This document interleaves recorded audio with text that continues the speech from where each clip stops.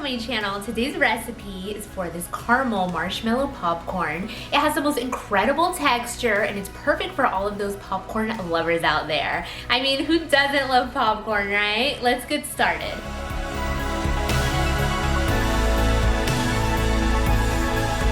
To start this recipe, I'm going to show you how to make the caramel. This is a very foolproof. I have here 2 sticks of butter going into my small saucepan. I'm going to melt it down with 1/2 cup of corn syrup and 1 cup of sugar.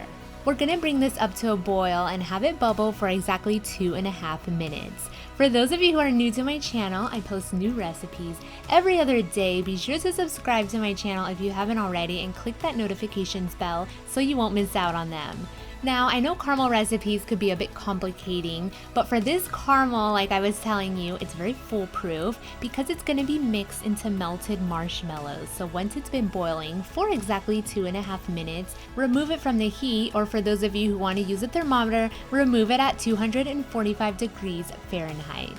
For the popcorn part, you could use microwave popcorn, but you guys, have you ever tried freshly popped popcorn on the stovetop? Nothing else can compare. It is so easy to make for about 1/3 of the price as well.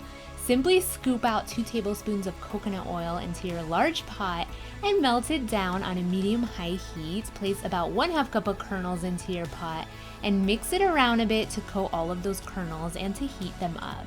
Have your lid ready because once your kernels start to pop, you're going to cover this up and allow it to pop up while you're shaking the pan around a bit and stirring them around with the cover slightly off.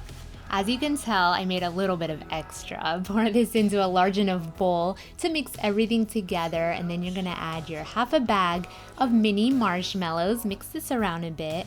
And then goes in all of that piping hot caramel sauce all over the popcorn and marshmallows. Mix it around a bit as best as you can. And this is the perfect dessert to serve warm. Everybody will just go crazy with its ooey gooey texture. It's just so addicting. I really wish I had some peanuts to add to this. It would have paired so well.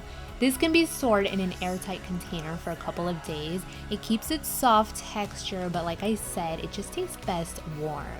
Be sure to give this video a big thumbs up if you enjoyed it. Leave a comment down below and be sure to check out my website at isabellasquickrecipes.com for all of my ingredients and all of my videos. Thank you guys so much for watching, and I'll see you next time.